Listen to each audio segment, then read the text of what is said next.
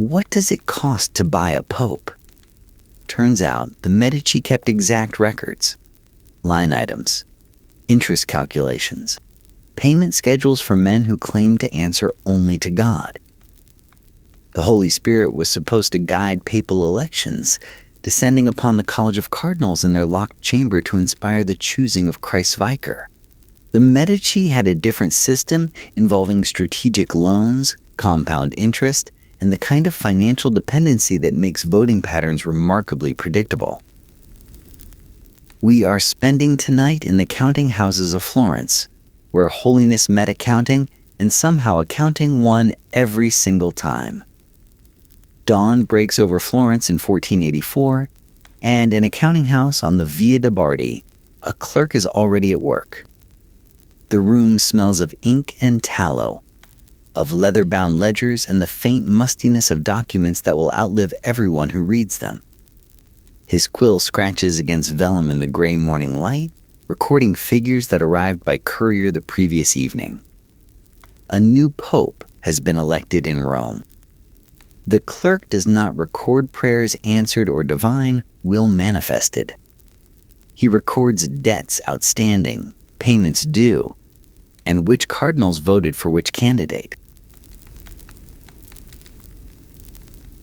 This is the Medici Bank, and God's business has always been good for business. For generations, cynics had whispered that popes were purchased rather than chosen. Tavern philosophers and disgruntled priests muttered about gold changing hands before white smoke rose from the Sistine Chapel. These were dismissed as the paranoid fantasies of the envious, the bitter complaints of those who had never seen the inside of a conclave and could not possibly understand its sacred procedures. The Church maintained, as it always had, that the Holy Spirit guided the cardinals' hands when they marked their ballots. Divine intervention required no receipts. The Medici Bank, however, kept receipts for everything. They were not, on the surface, an unusual institution. Florence in the 15th century boasted dozens of banking houses, all competing for the same lucrative trade in letters of credit, currency exchange, and loans to the perpetually cash-strapped nobility of Europe. What set the Medici apart was not their wealth, though they had plenty, nor their political connections, though those were formidable. What set them apart was their understanding of a simple truth that other bankers overlooked. The men who chose popes were, almost without exception, drowning in debt. And drowning men will grasp at any hand extended to them. The College of Cardinals in the 15th century was not a gathering of humble shepherds.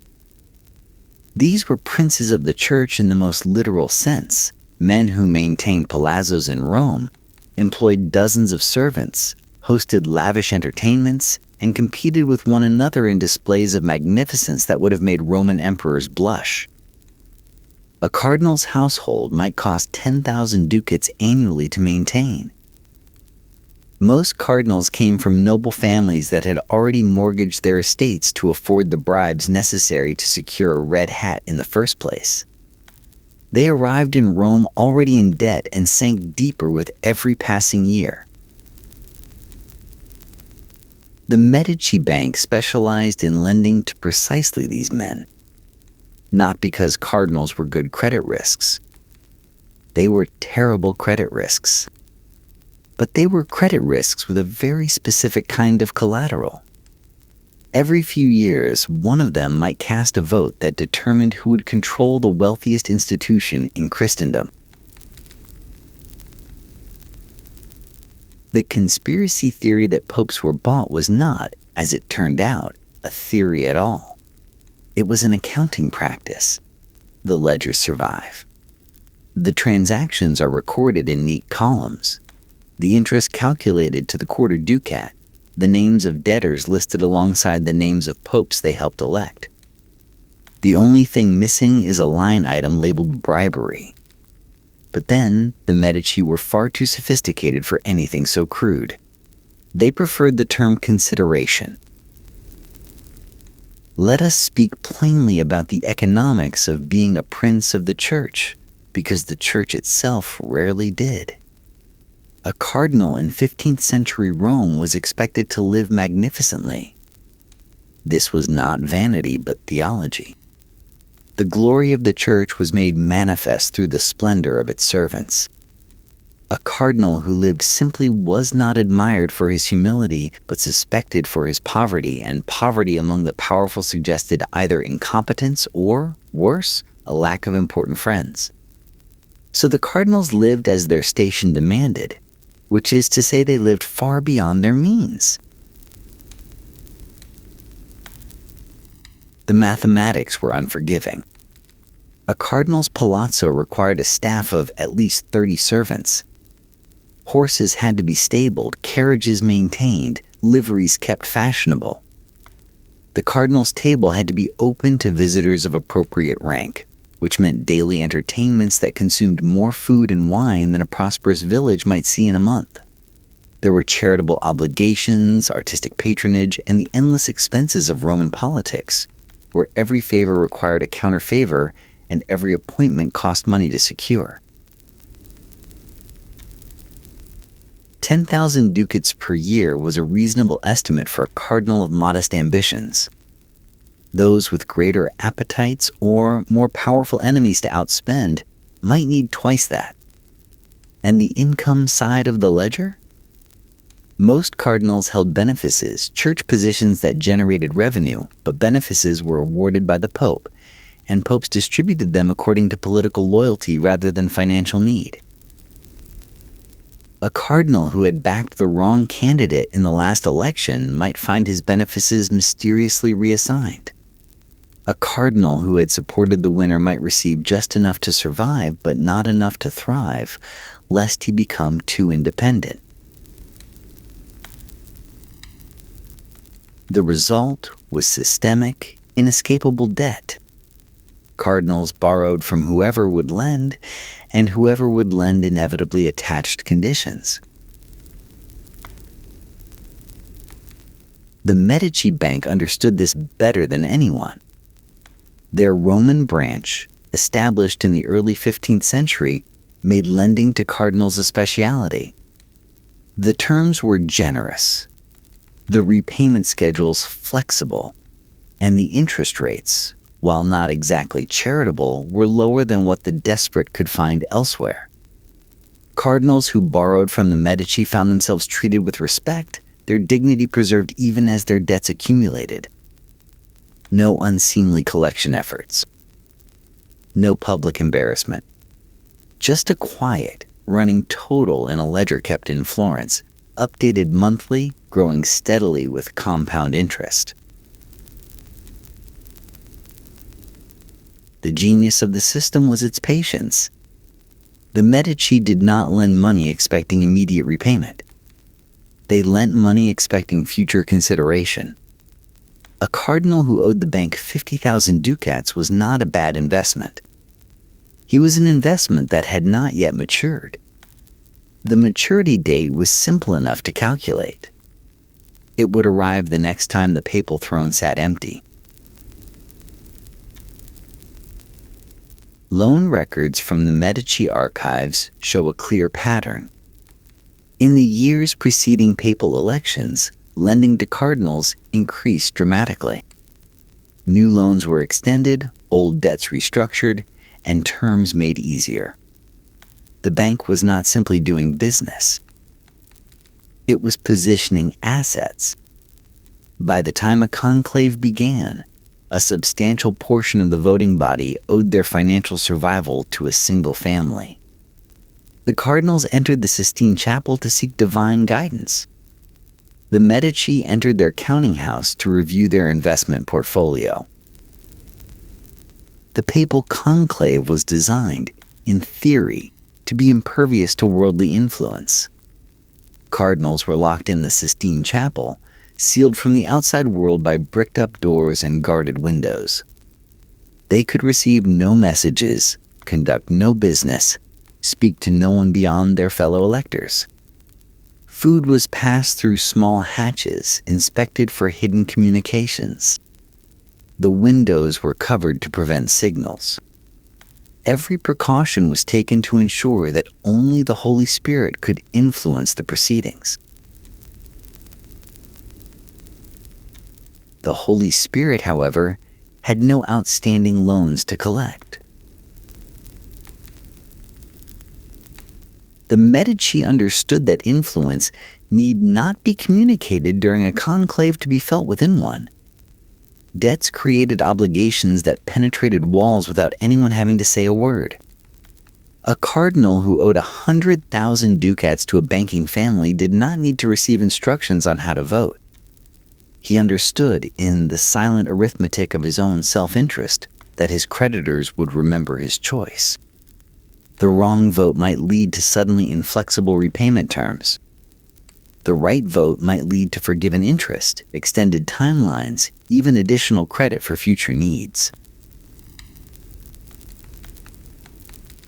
This was not bribery in any crude sense. No bags of gold changed hands in chapel corridors. No explicit agreements were signed. The Medici offered something more elegant than a bribe. They offered a relationship. And relationships, as any banker understood, came with expectations. The system worked through suggestion rather than command. Before a conclave, Medici agents might visit cardinal debtors to discuss financial matters. Nothing improper, merely routine banking business. But in these conversations, certain preferences might be expressed. A particular candidate might be mentioned as someone the bank viewed favorably. Another candidate might be described as regrettably difficult to work with. The cardinal was free to vote his conscience, of course. Conscience simply had a way of aligning with solvency. The historical record shows suspicious patterns. In the conclave of 1458, the Medici-favored candidate received unexpected support from cardinals known to be hostile to his faction. In 1484, a frontrunner collapsed suddenly when a block of voters switched allegiance for no obvious theological reason. In 1503, the final ballot showed a pattern that made sense only when overlaid with a map of outstanding Medici loans. Church historians have traditionally attributed these outcomes to divine providence, factional realignment, or the mysterious workings of the Holy Spirit. Bank historians, examining the same events with access to financial records, have found somewhat less mysterious explanations. The votes aligned with the debts. The debts aligned with the outcomes. Providence proved remarkably consistent with compound interest. The beauty of the system was its deniability. No one had done anything illegal. The cardinals had voted according to their sincere judgment. The bank had merely conducted ordinary business with its clients. If those clients happened to vote in ways their creditors appreciated, well, that was simply evidence of good judgment all around. The Holy Spirit moved in mysterious ways, but the Medici Bank moved in ways that could be audited. Giovanni de' Medici was made a cardinal at the age of 13. Let that settle for a moment. A child barely old enough to understand the theology he would supposedly shepherd received one of the highest offices in Christendom before he had finished growing. This was not, as the Vatican later explained, because of the boy's extraordinary spiritual gifts. It was because his father was Lorenzo de' Medici, the effective ruler of Florence and the most important client of the family bank. The appointment cost a fortune in favors and fees, but Lorenzo understood the investment's potential return. A Medici cardinal meant a Medici voice in every papal election for the next 50 years. The boy was not being given a religious office. He was being positioned as a long-term asset. Giovanni grew into his role with the easy confidence of someone who had never questioned his own importance. He was intelligent, cultured, and genuinely interested in art and learning. He was also completely uninterested in spiritual austerity. The Medici palace had taught him that magnificence was a virtue and that money existed to be spent beautifully. He would bring these values to the papacy with enthusiasm. But first, he had to get there. And getting there required the family's full resources. In the years before the conclave of 1513, the Medici Bank conducted what can only be described as a coordinated investment campaign. Loans were extended to wavering cardinals. Debts were restructured for potential allies. Cardinals who had previously been cool to the Medici cause found themselves receiving generous offers of financial assistance. The bank was not subtle about its preferences. Giovanni de' Medici was going to be the next pope, and the question for every cardinal was simply whether they wanted to be on the winning side. The conclave itself lasted barely a week, an unusually short time for such a contentious decision. Giovanni received the necessary 2/3 majority on March 11th and took the name Leo X. He was 37 years old, in good health, and expected to reign for decades. The Medici investment had finally matured. But maturity came with a price tag. The ledgers show that Leo X began his papacy owing approximately 400,000 ducats to his own family's bank. This was not a metaphor or an estimate, but an actual accounting of funds advanced to secure his election, cover his expenses during the campaign, and satisfy the various obligations he had accumulated in his years as a cardinal. The Vicar of Christ owed nearly 500,000 ducats before he had blessed a single pilgrim. Leo reportedly greeted his elevation with a telling remark. According to contemporary sources, he turned to his brother Giuliano and said, "God has given us the papacy. Let us enjoy it."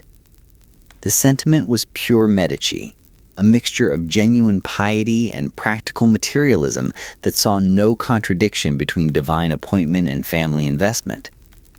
God had given them the papacy. The bank had merely handled the financing. The debt would need to be repaid, of course. And Leo, true to his family's business instincts, immediately began considering how the resources of the church might be leveraged to address his balance sheet. Leo X needed cash, and he needed it in quantities that ordinary papal revenues could not provide. The Medici Bank had made him pope, and the Medici Bank expected a return on its investment. 400,000 ducats in family debt hung over every decision of his pontificate, a number so large that even the vast resources of the church strained to address it. Fortunately for Leo, the church possessed something more valuable than gold. It possessed the authority to forgive sins. Indulgences were not, technically, the purchase of salvation. The theology was more nuanced than that, involving the remission of temporal punishment for sins already confessed and absolved. The faithful who obtained an indulgence were not buying their way into heaven, but rather reducing the time their souls would spend in purgatory's cleansing fires. This distinction mattered enormously to theologians. It mattered not at all to the peasants who handed over their coins in exchange for printed certificates promising reduced suffering after death. Leo X did not invent indulgences.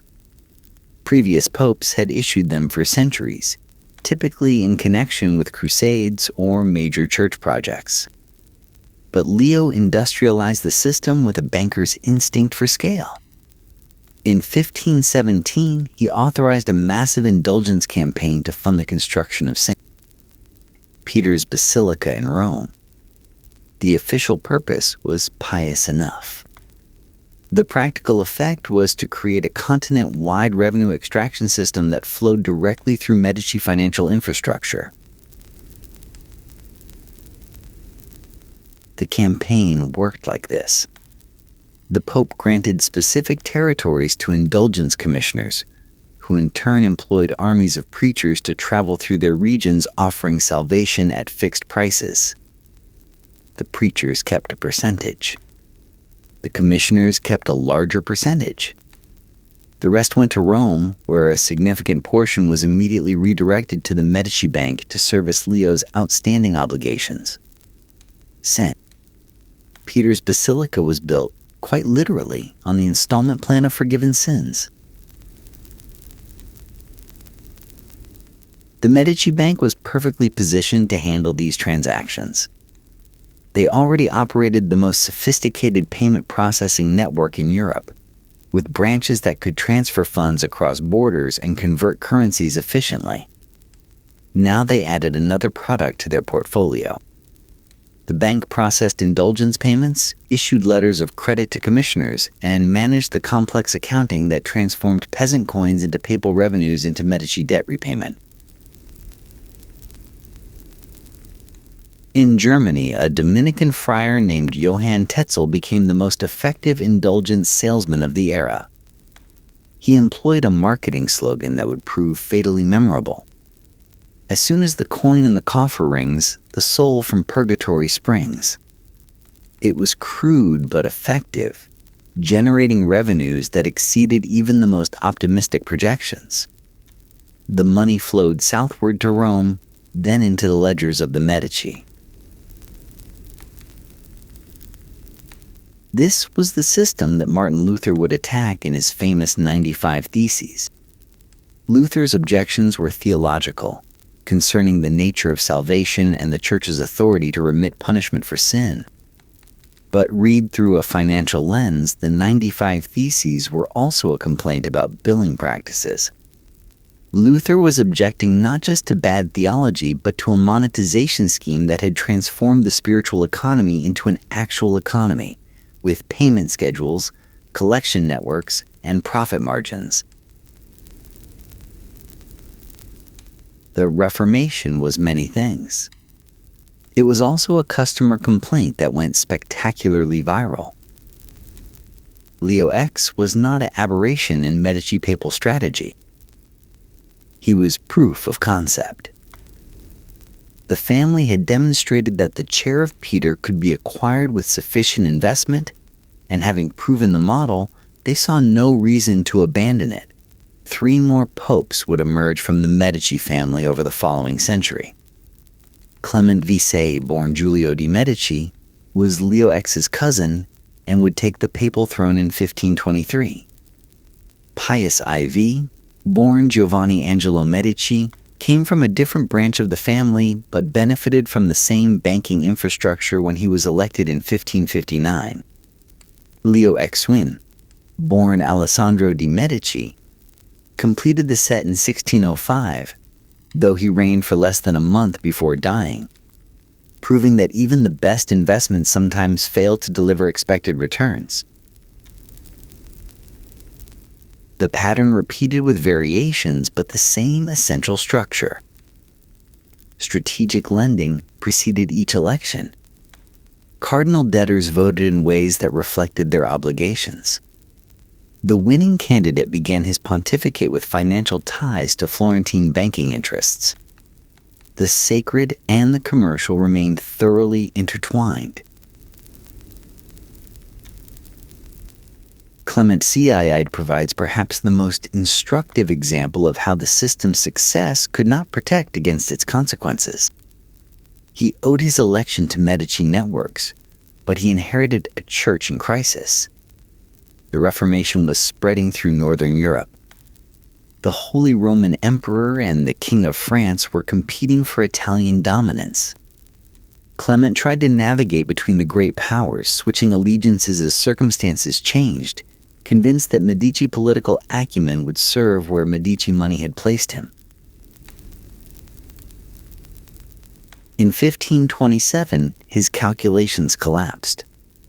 Imperial troops, unpaid and mutinous, descended on Rome and sacked the city with a violence that had not been seen since the Vandals.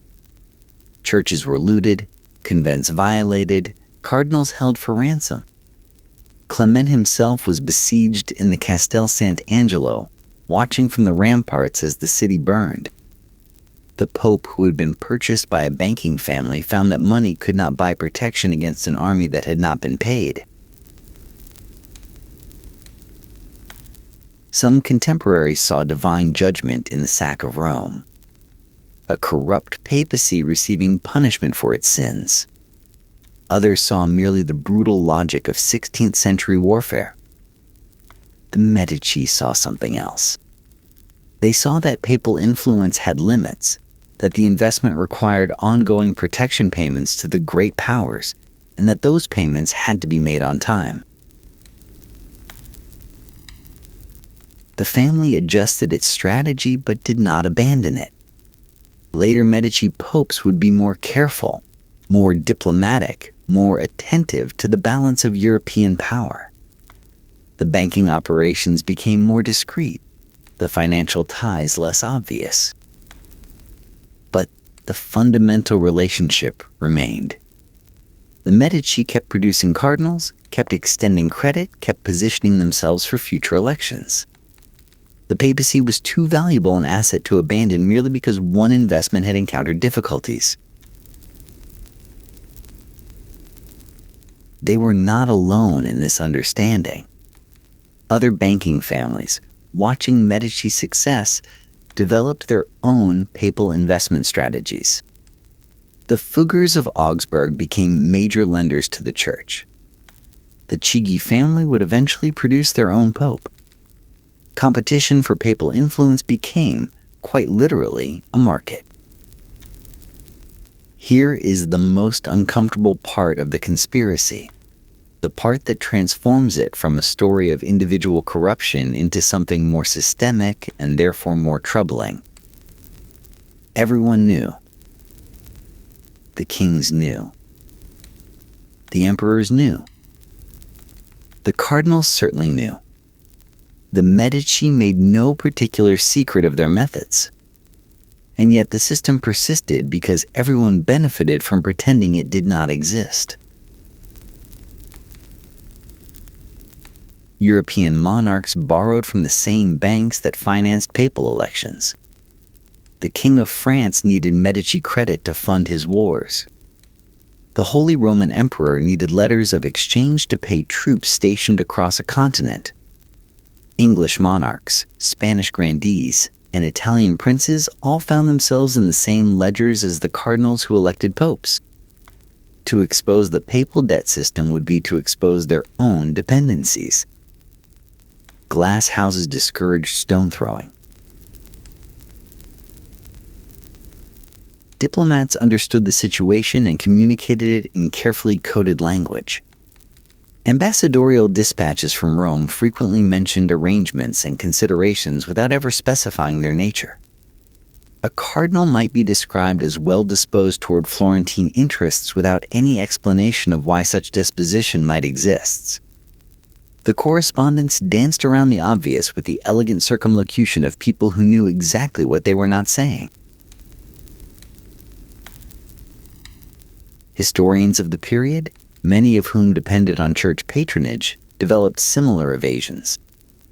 Papal elections were described as contests of theological factions, disputes over church policy, or struggles between national interests represented by competing cardinal blocks. These explanations were not wrong, exactly. Elections did involve genuine disagreements about doctrine and direction. But the explanations carefully omitted the financial substructure that shaped which factions could afford to compete and which candidates could attract the necessary support. The Church itself maintained the official narrative of divine guidance with remarkable consistency. Popes might be politically motivated, personally flawed, or theologically controversial, but they were never, in official discourse, purchased. The Holy Spirit worked through imperfect instruments, but always toward God's purposes. To suggest otherwise was not merely cynical but heretical, a denial of the Church's fundamental claim to spiritual authority. This collective silence served everyone's interests. The Medici received return on their investment without public scandal. The cardinals preserved their dignity while serving their debts. The Church maintained its authority while operating as a subsidiary of Florentine banking. The monarchs kept their credit lines while posturing as defenders of spiritual independence. Everyone won except the faithful who believed what they were told. Reformation movements were threatening precisely because they broke this gentleman's agreement. Luther and his followers did not merely object to indulgence theology. They named the system, called it corruption, and refused to maintain polite silence about financial arrangements everyone had agreed to overlook. The Reformation was a religious revolution, certainly. But it was also a breach of the European elite's omerta about how power actually operated. The response was telling. The Church eventually reformed many of the practices reformers criticized, cleaned up the most obvious corruptions, and presented the Counter-Reformation as spiritual renewal. What it did not do was acknowledge that the criticisms had been accurate all along. The official history remained unchanged. Popes were chosen by divine guidance. The ledgers were just accounting. The Medici were bankers, and bankers keep records. This is both their professional obligation and, as it turns out, their historical legacy. While popes proclaimed and cardinals voted and theologians debated, the clerks in Florence wrote everything down. They recorded the loans, calculated the interest, noted the payments, and filed the correspondence. They did this not because they anticipated historical scrutiny, but because accurate accounting was the foundation of their business. Money could not be tracked without documentation, and the Medici tracked every ducat. These records survived. They sit today in the Archivio di Stato in Florence, shelf after shelf of leather-bound ledgers and bundled correspondence spanning more than 2 centuries of family operations. The handwriting changes as clerks aged and were replaced, but the accounting practices remain remarkably consistent. Debits on the left, credits on the right, running totals updated regularly, names of debtors recorded without regard for their ecclesiastical dignity. For centuries, these archives were available to scholars, but scholars rarely looked at them with the right questions in mind. Church historians studied papal pronouncements, diplomatic correspondence, and theological treatises. They were interested in what popes said and did, not in who financed them. Economic historians studied trade patterns and banking practices, but had limited interest in ecclesiastical politics. The ledgers sat in their archival boxes, containing answers to questions no one was asking. Modern forensic accounting has changed this picture substantially.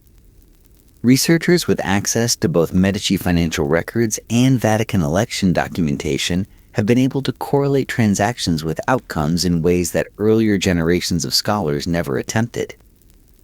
The results are striking.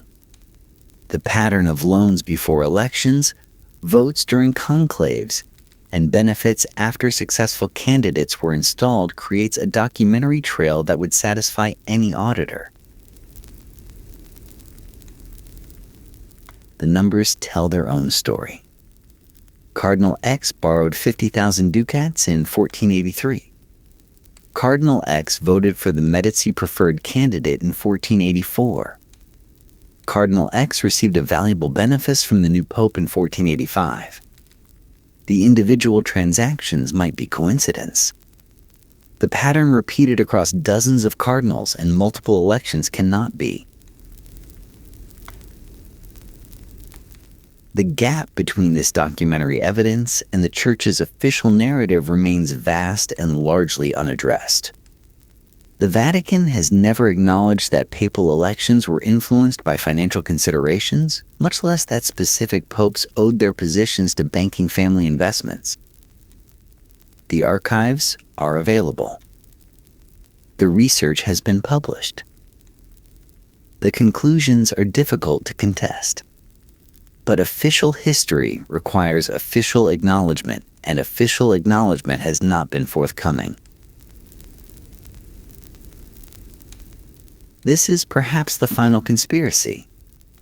Not the original corruption, which operated openly among those who participated in it, but the subsequent silence, the refusal to incorporate documented evidence into institutional narrative. The ledgers proved what the cynics always suspected. And the institution responded by continuing to act as if the ledgers did not exist. The truth sat in plain sight for 500 years, waiting for someone to read it correctly. The Medici would have appreciated the irony. They always knew the value of keeping good records. So here we sit at the end of the paper trail, surrounded by the comfortable certainty that these things happened long ago to people very different from ourselves. The Medici are dust. The cardinals they financed have been dead for centuries. The indulgent salesmen no longer travel the roads of Europe promising reduced sentences in purgatory's fires. Surely the system that made all this possible has been reformed beyond recognition. And yet, the Vatican Bank, formerly known as the Institute for the Works of Religion, has faced continuous controversy since its establishment in 1942. Money laundering investigations, suspicious transactions, unexpected deaths of investigators. The details differ from 15th century loan arrangements, but the fundamental dynamic remains curiously familiar. Financial opacity and institutional authority continue their long partnership. More broadly, the Medici's essential insight remains as valid as ever. Institutions that claim independence while carrying massive debts to private interests are performing independence, not practicing it. The leash may be invisible to outside observers, but the institution at the end of it knows exactly where the tension comes from.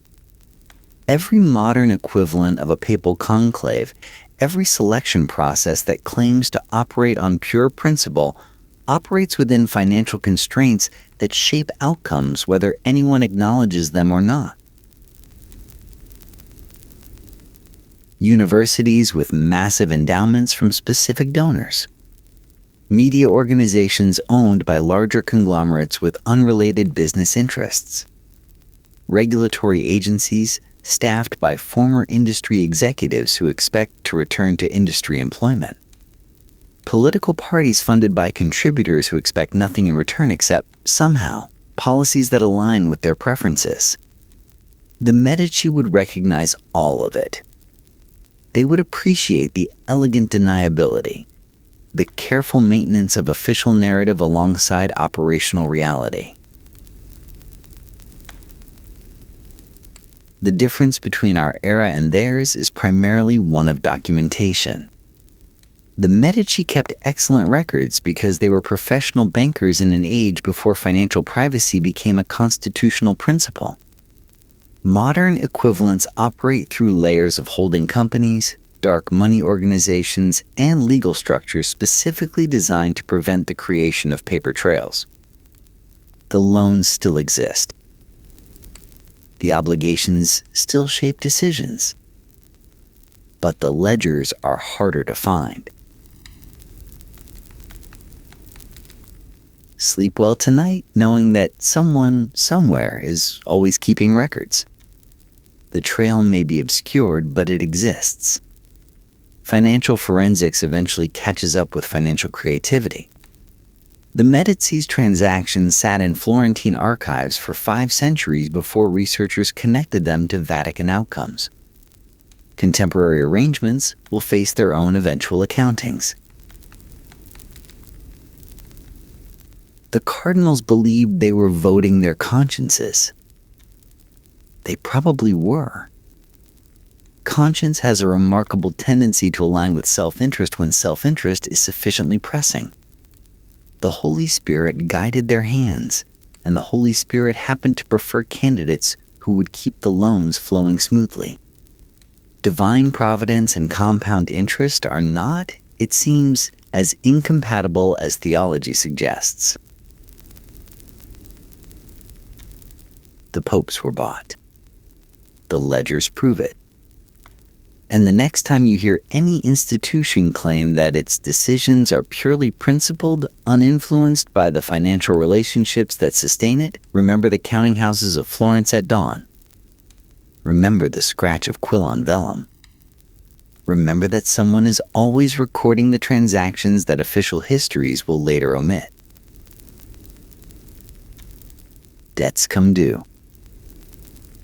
They always do. The cardinals learned this. The popes learned this.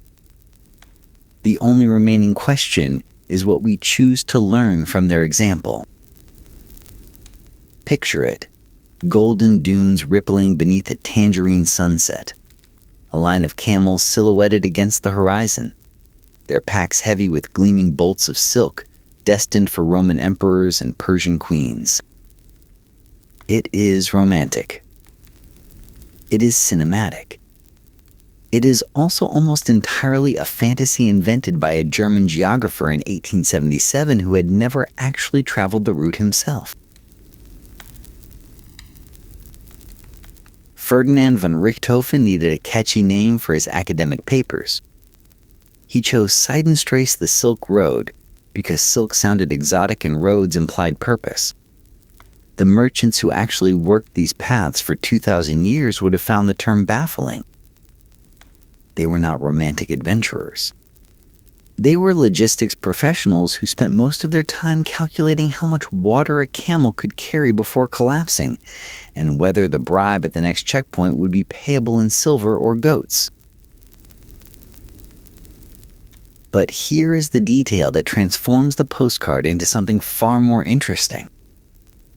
The most efficiently transported commodity along this network was not silk.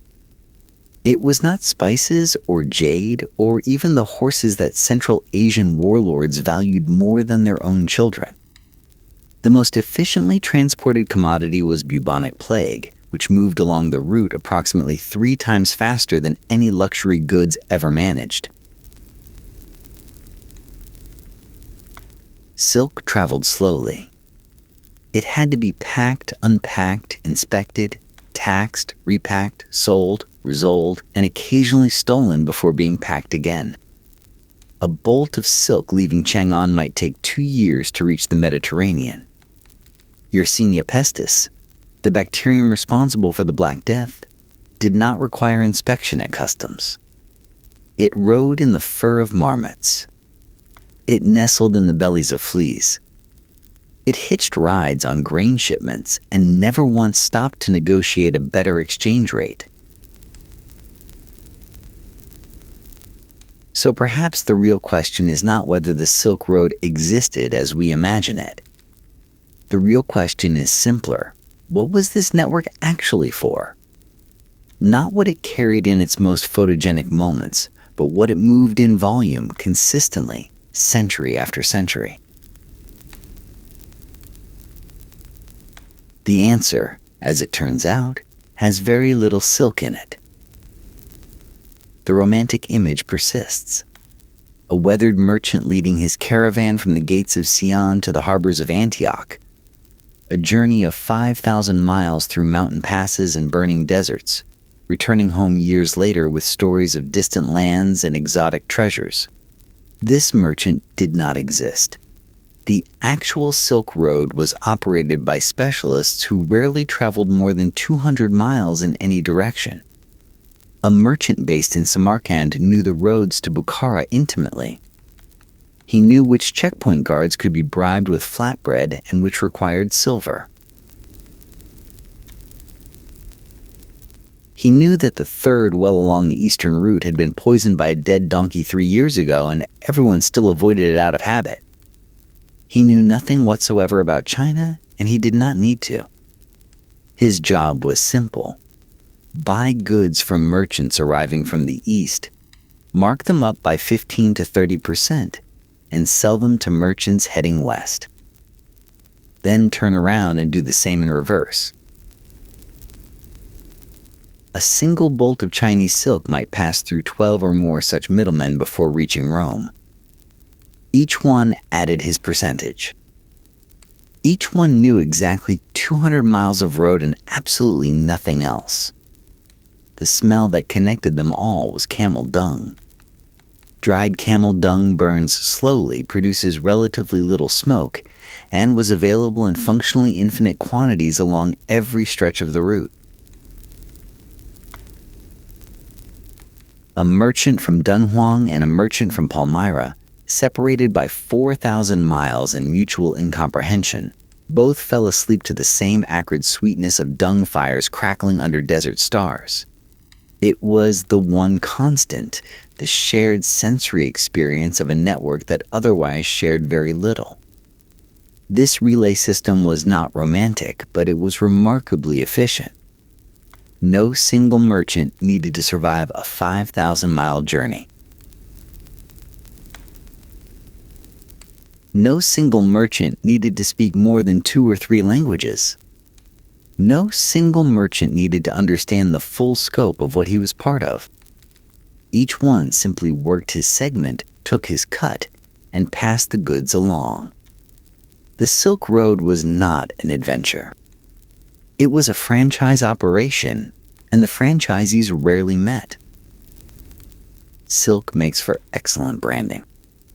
It photographs well, drapes beautifully, and suggests luxury without requiring explanation. This is presumably why Ferdinand von Richthofen chose it for his academic papers rather than naming his discovery the silver hemorrhage or the horse highway, either of which would have been more accurate. The actual economic engine of the network was not silk. It was silver flowing east and horses flowing west. Rome had a trade deficit problem that would make modern economists weep. Roman aristocrats developed an insatiable appetite for Chinese silk, Indian spices, and Central Asian luxuries. They paid for these appetites in silver denarii, which flowed eastward in such quantities that Pliny the Elder complained Rome was bleeding currency to satisfy its addiction to Eastern goods. He was not exaggerating. Archaeological excavations in India and China have uncovered hordes of Roman silver coins, often melted down and recast but chemically traceable to Mediterranean mines. The silver flowed east. The horses flowed west. China's military strategy depended on cavalry, and China's horses were, to put it diplomatically, not ideal for cavalry work. The Fergana Valley in Central Asia produced horses that were larger, faster, and more aggressive than anything Chinese breeders had managed. Chinese emperors called them blood-sweating heavenly horses and went to war specifically to acquire breeding stock. A single Fergana stallion was worth more than a year's wages for an entire regiment of soldiers. In pure economic terms, a horse caravan moving westward carried more value than months of silk shipments. Silk was visible. Silk was prestigious. Silk was what travelers talked about when they returned home. But silver and horses were what actually moved. The network had discovered something that modern supply chains understand intimately. The visible product is rarely the real business. Amazon does not make money selling books. It makes money on logistics, data, and cloud computing. The Silk Road did not make money moving silk. It made money moving silver and horses while silk provided the marketing. Every successful infrastructure project requires rest stops. The Roman Empire had its road stations. American highways have their motels. The Silk Road had caravanserais. And if you imagine something cozy and welcoming, you should adjust your expectations immediately. Caravanserai were spaced exactly 1 day's camel travel apart, roughly 25 miles, along every major branch of the network. This was not coincidence. It was engineering. A loaded camel could walk about 25 miles before requiring rest, water, and the kind of prolonged digestive meditation that camels inexplicably require. The caravanserai AI system was built around camel biology, which tells you everything you need to know about who is actually important. These structures served multiple functions. They were warehouses where goods could be stored while awaiting buyers. They were inns where merchants could sleep on stone platforms slightly warmer than the surrounding desert. They were informal banks where credit arrangements could be negotiated. They were insurance offices where caravan operators assessed risk and distributed shares. And they were death traps. The problem was simple. Caravanserai concentrated humans, animals, grain stores, and waiting time in enclosed spaces with no medical infrastructure for 200 miles in any direction. A merchant arriving with a slight fever could infect everyone in the compound before he realized he was dying. A rat carrying plague-infected fleas could hop from one grain shipment to another, catching a ride west while the first shipment headed east. The sound that defined these places was coughing. Persistent, wet coughing echoing off mud brick walls in the middle of the night.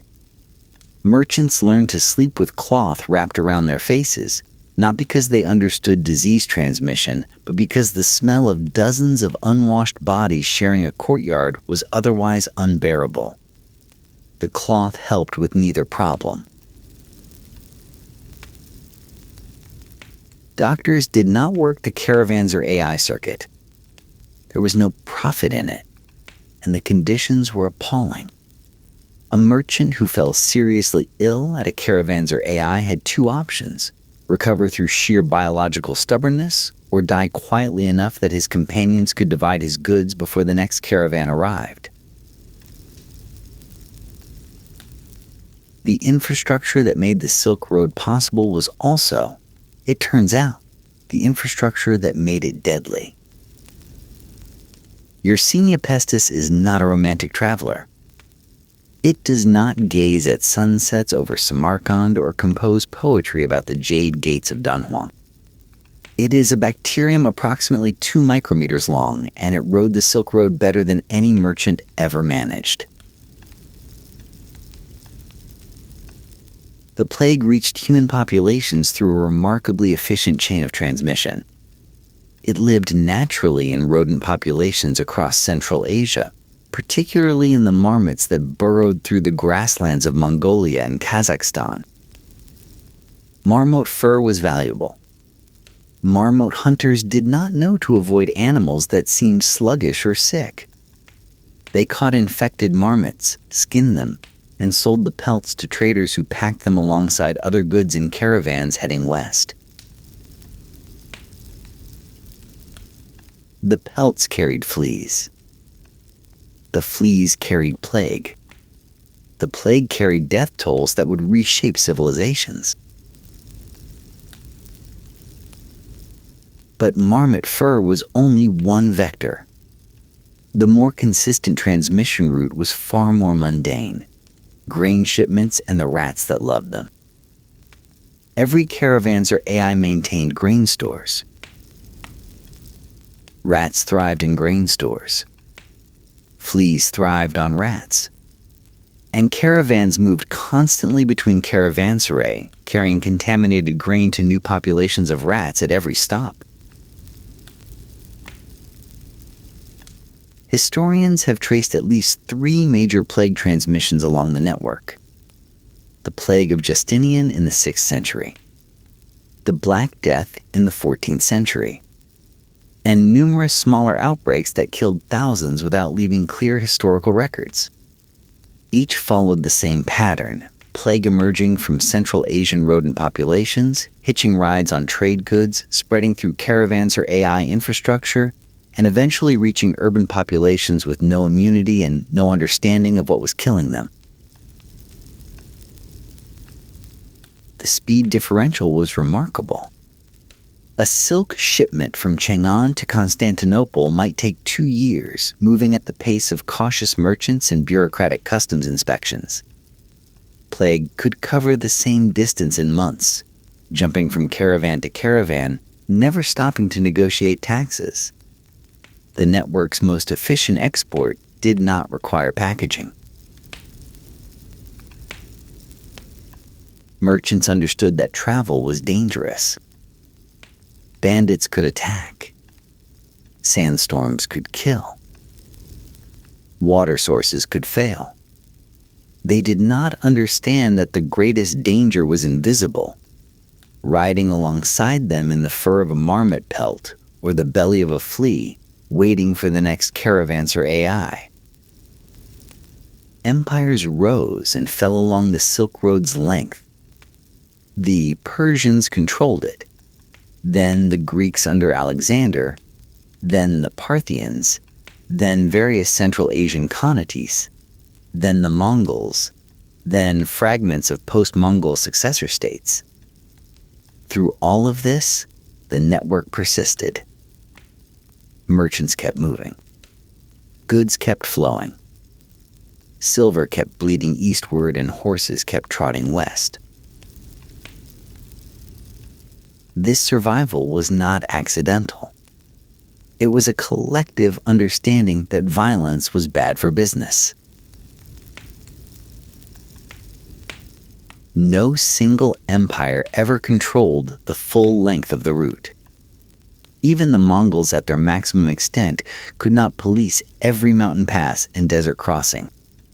What emerged instead was an informal system built on a simple principle: everyone takes a cut, nobody takes control. Local rulers taxed caravans passing through their territory. They did not conquer neighboring rulers and absorb their trade. Conquest was expensive, required armies, and risked disrupting the very commerce that made taxation profitable. Merchants paid protection money as a standard operating cost. They budgeted for bribes the way modern companies budget for shipping insurance.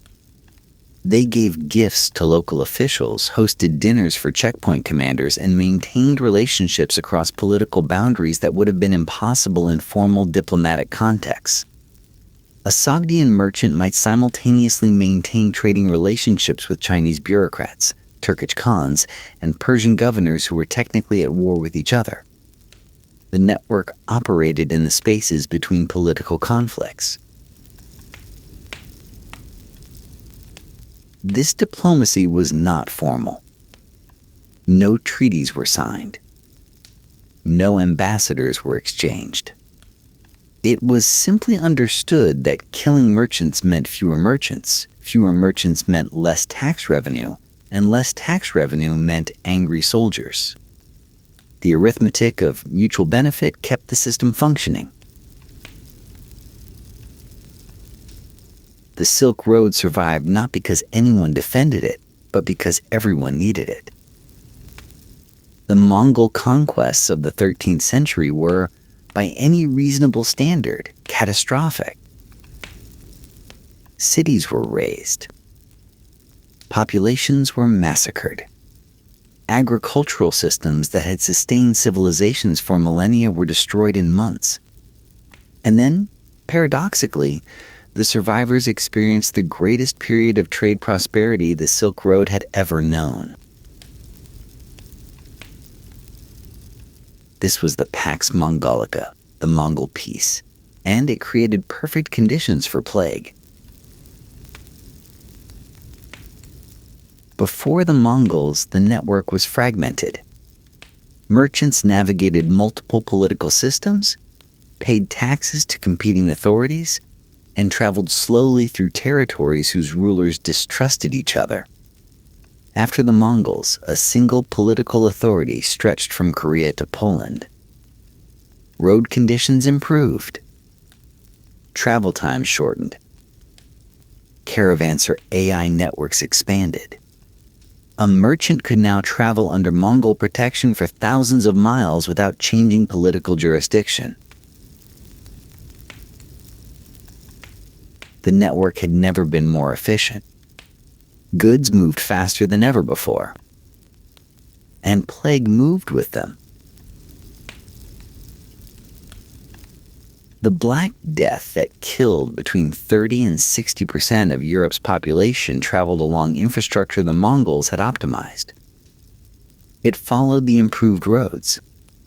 It used the expanded caravanserai networks. It hitched rides on the faster caravan. The same efficiency improvements that accelerated trade accelerated disease transmission. The sand that merchants tasted in every meal from Samarkand to Xi'an, that grit between their teeth that never fully washed away, was increasingly contaminated. Water sources along the route were shared by humans, animals, and the rats that thrived in grain stores. The same wells that sustained trade became vectors for disease. Drinking water tasted of minerals, dust, and sometimes death. The Mongols created the most efficient version of the Silk Road that had ever existed. In doing so, they created the most efficient disease corridor in human history. The network's greatest achievement was also its most devastating export. Within a century of the Black Death, the overland Silk Road began its long decline. Maritime trade routes offered lower disease risk, larger cargo capacity, and fewer opportunities for plague to jump between populations. The network that had connected civilizations for 2,000 years began to fade, killed in part by its own success. History remembers the merchants. The glamorous ones with their camel caravans and exotic goods. The adventurous ones who braved deserts and mountain passes. The romantic ones who appear in postcard imagery and documentary reenactments. History forgets the clerks. A single transaction along the Silk Road required documentation in multiple languages. A bill of sale in Chinese needed to be translated into Sogdian for the Central Asian leg of the journey, then into Persian for the western stretches, then potentially into Greek or Latin for Mediterranean buyers. Each translation introduced opportunities for error, fraud, and creative interpretation. Each required someone who could read all the relevant scripts, understand the commercial terms in multiple legal traditions, and calculate whether the stated weights and measures meant the same thing across different systems. Currency conversion was its own nightmare. Chinese bronze coins, Central Asian silver ingots, Byzantine gold solidi, and various local currencies all circulated along different stretches of the route. Exchange rates fluctuated based on metal content, political stability, and the negotiating skills of whoever was sitting across the table. A merchant who could not calculate these conversions accurately would be bankrupted within months. Merchants who could calculate them employed clerks to handle the mathematics. Then there were the losses. Bandits claimed a percentage. Weather destroyed cargo. Camels died. Merchants died. Each loss had to be documented, assessed, and distributed among whatever insurance arrangements existed. Partners in distant cities needed to know that their investment had been eaten by wolves or drowned in a flash flood, and they needed documentation sufficient to satisfy both their accountants and their courts. The Silk Road functioned because anonymous bureaucrats maintained ledgers in multiple scripts, tracked transactions across thousands of miles, and made sense of commercial systems that had no unified standards. It was an exercise in applied paperwork sustained for 2 millennia.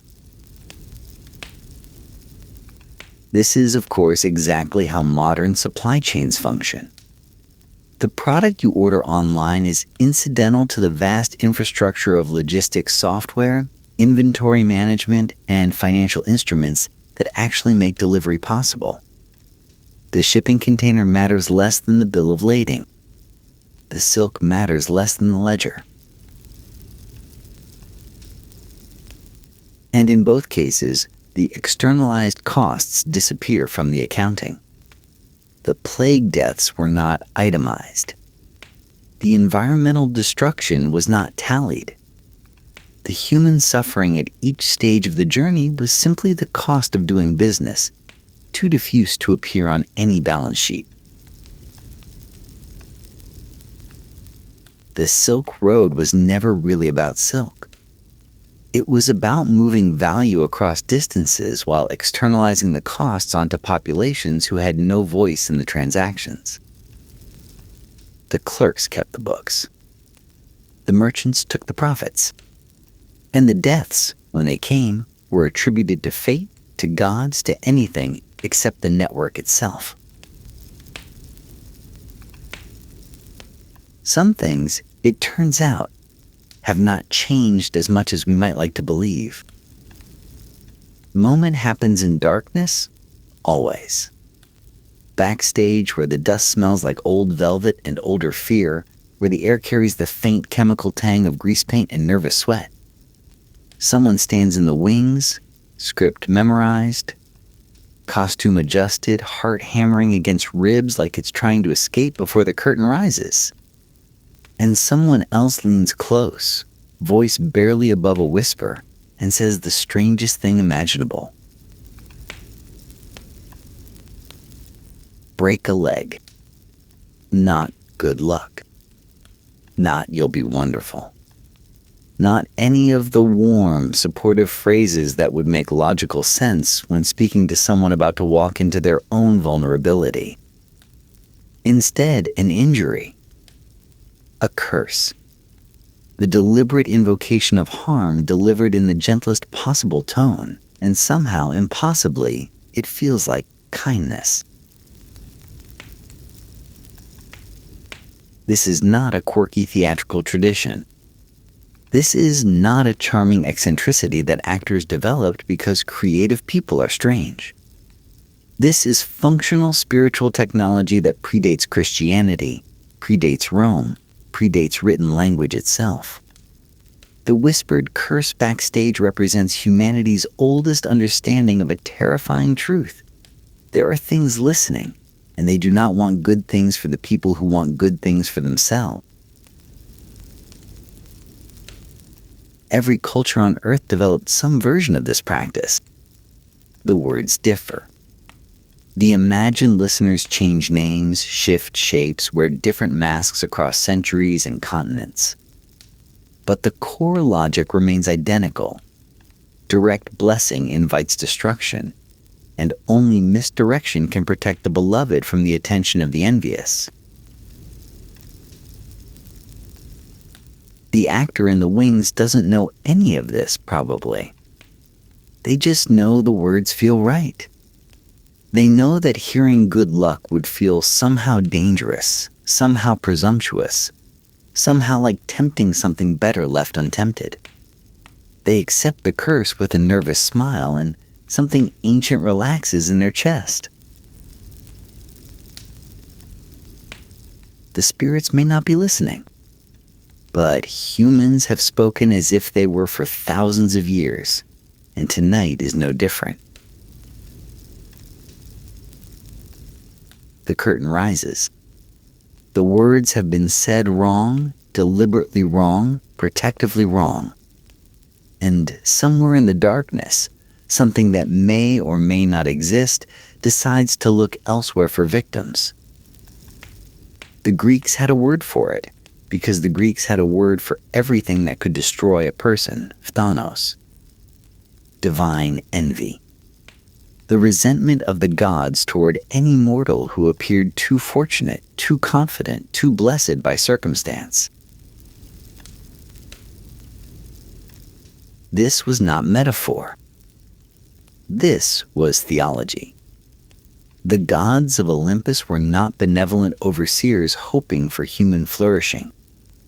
They were powerful, capricious, and deeply invested in maintaining cosmic hierarchy. A mortal who seemed too happy, too successful, too certain of continued good fortune was not inspiring admiration in the heavens. They were inspiring something much more dangerous. They were inspiring the gods to teach them a lesson about hubris.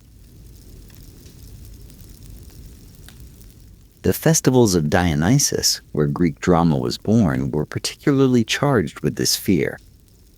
Thousands gathered in open amphitheaters to watch actors transform themselves into gods, heroes, kings. The air hummed with religious intensity, wine flowed like prayer, and the performers stood at the exact intersection of human vulnerability and divine attention. Every actor understood they were not merely performing. They were invoking, summoning, drawing the gaze of entities far more powerful than themselves. And the gods, notoriously, did not enjoy watching mortals succeed. So the rituals developed. Never acknowledge your own skill. Never express confidence about the coming performance. Never ever allow yourself to appear as though you expected success, because expectation was the precise signal that attracted divine punishment. The gods destroyed those who seemed like they didn't need destroying. Actors learned to complain, to worry aloud, to express doubt they may not have felt, because genuine doubt was a form of humility, and humility was the only posture that might convince the listening deities to look elsewhere for entertainment. The logic persists today, stripped of its theological clothing, but wearing its emotional truth like a second skin. The modern person who refuses to count chickens before they hatch, who knocks frantically on wood after expressing hope, who feels genuine physical discomfort when someone says of course it will go well, is practicing the same protective pessimism that kept Greek actors alive. We call it superstition now. The Greeks called it survival. Neither name changes what it actually is. The bone-deep conviction that speaking confidence aloud is an invitation for the universe to prove us wrong. The Romans, being Romans, took Greek superstition and systematized it into something approaching military precision. They inherited the concept of divine envy, but expanded it beyond the gods themselves. The universe was crowded with listeners. Spirits lingered at crossroads, lurked in doorways, gathered wherever humans congregated with hopes and fears and vulnerable ambitions.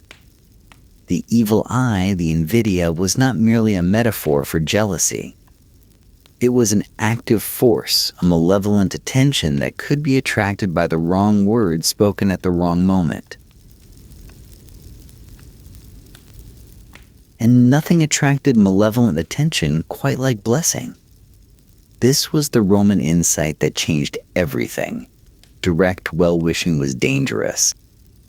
To tell someone you hoped they would succeed was to broadcast to any listening entity exactly what would hurt them most.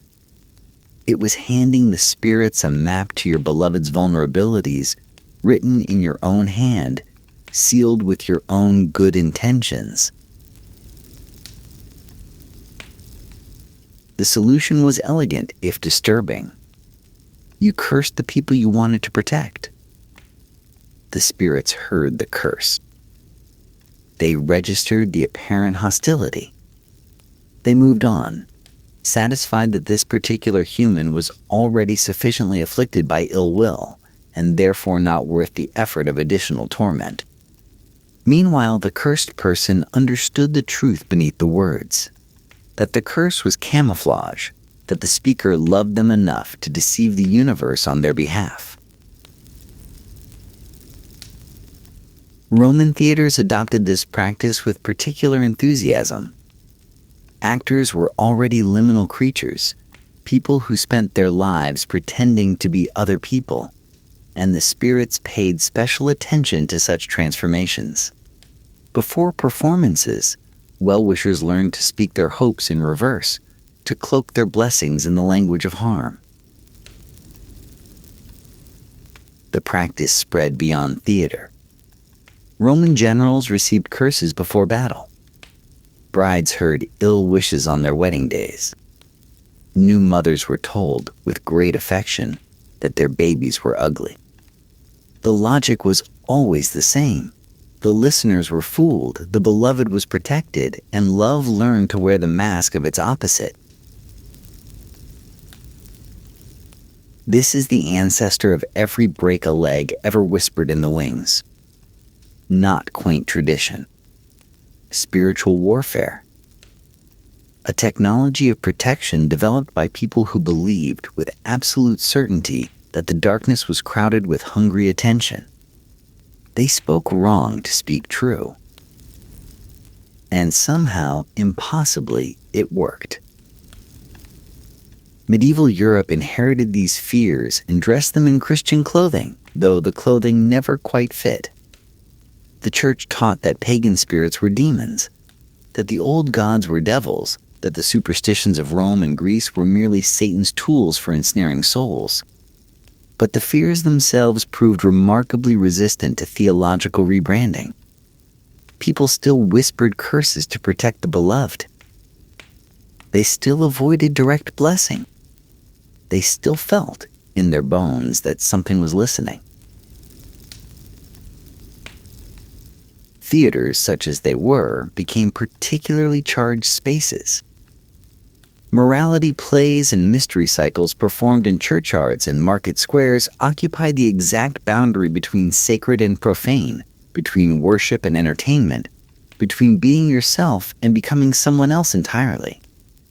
These were liminal spaces in the most literal sense, thresholds between worlds, places where the membrane between realities grew thin.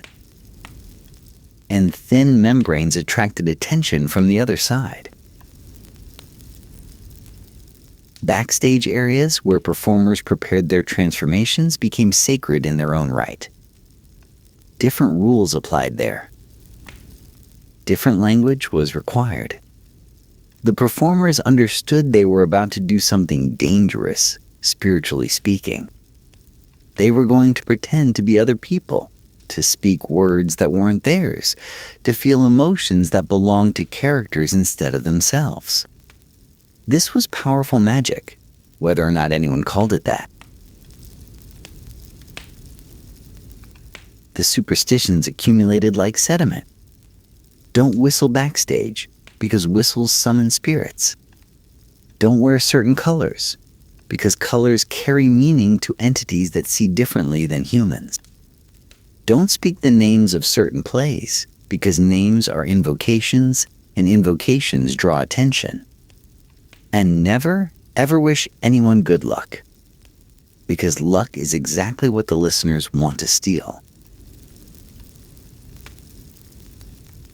The specific phrase "break a leg" wouldn't emerge for centuries yet.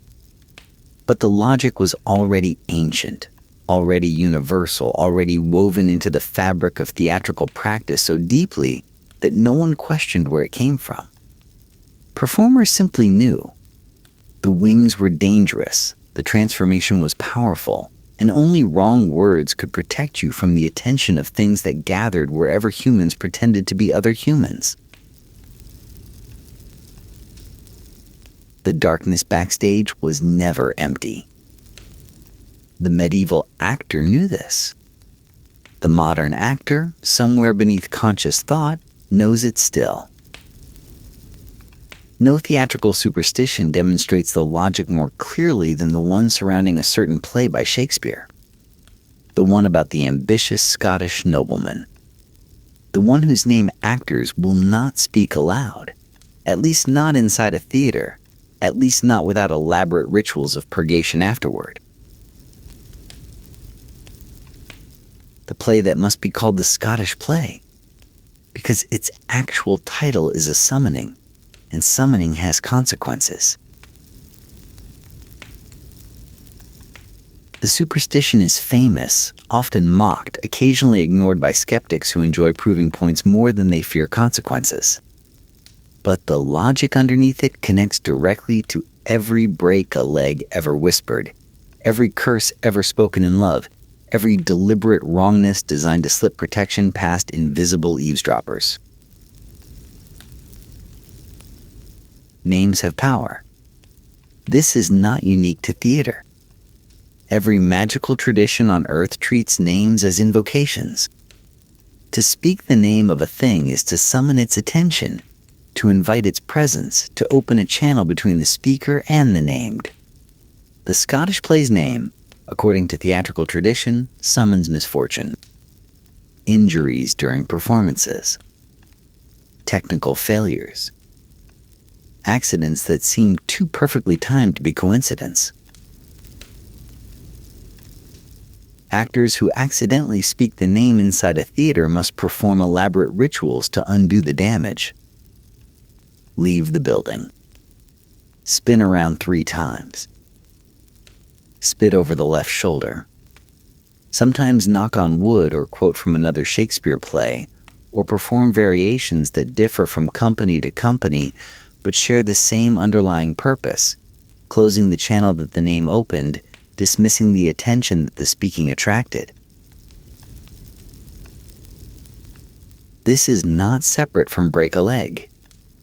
This is the same logic wearing different clothes. The theatrical space is charged. Words spoken there carry weight they wouldn't carry elsewhere.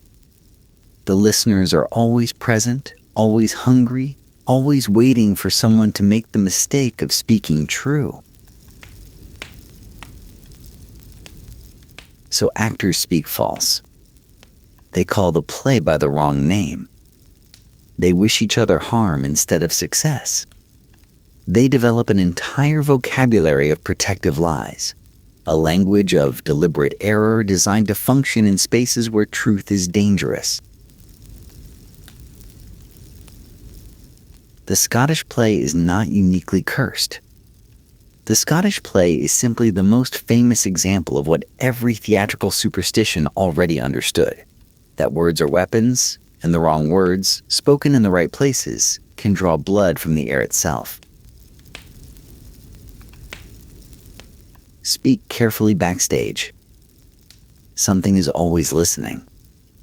Something always was.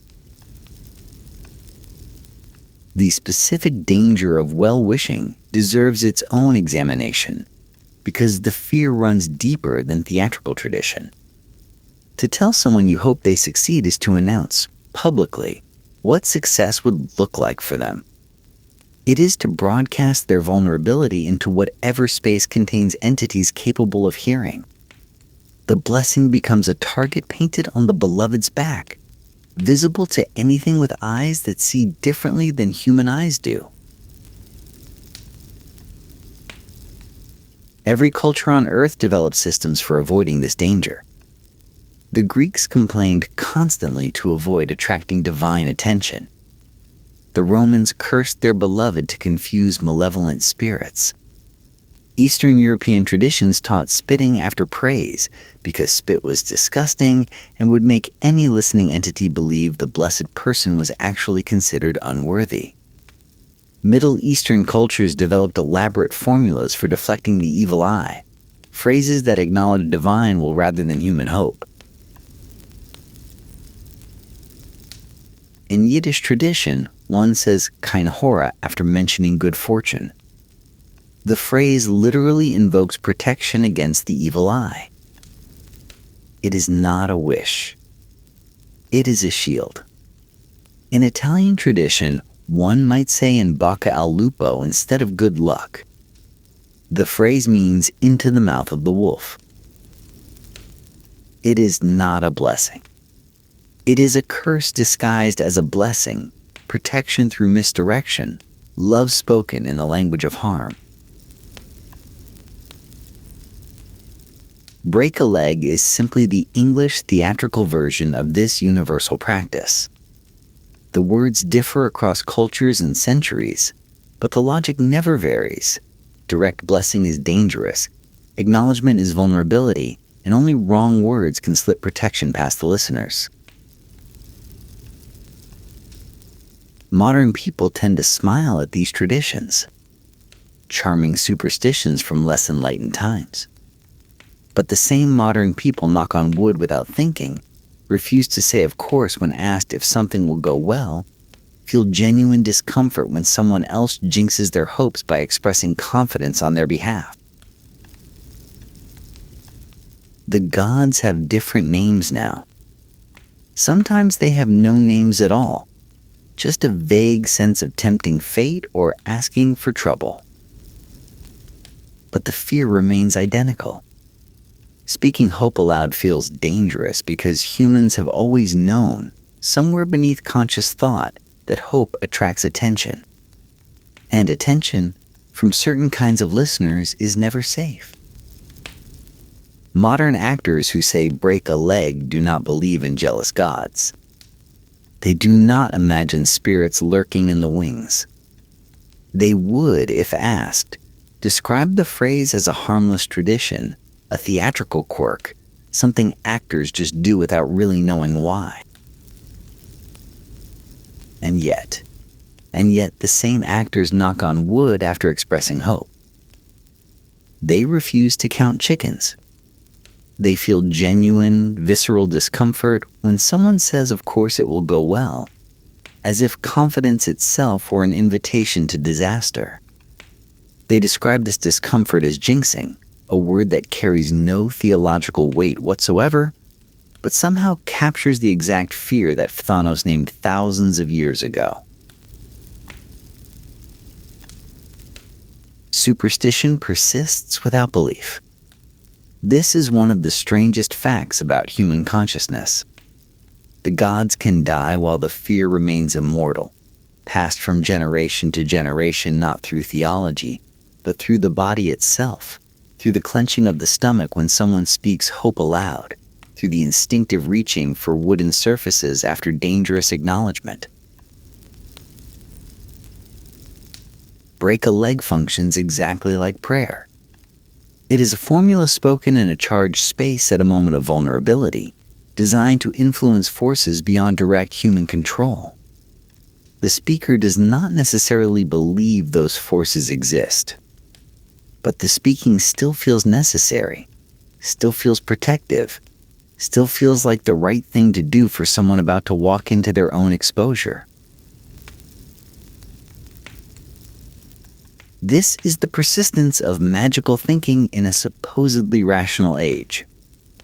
Modern humans have rejected the cosmology of ancient theater, the listening spirits, the jealous gods, the evil eyes that gathered wherever hope was spoken. But modern humans have not rejected the fear itself, because the fear was never about cosmology. The fear was about hope. Hope is vulnerable. Hope exposes the places where failure would hurt most.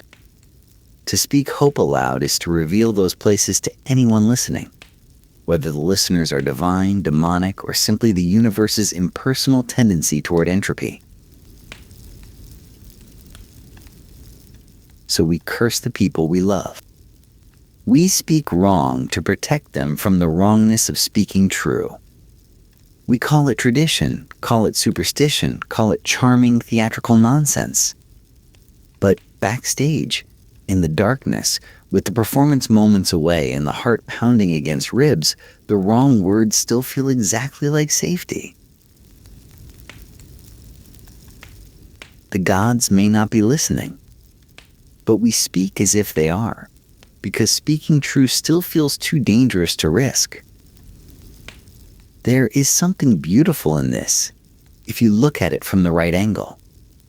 Humans learned, across thousands of years and dozens of cultures, to protect each other by speaking wrong. We developed elaborate systems of misdirection, languages of disguise, vocabularies of harm that carried love beneath their surfaces like smuggled treasure.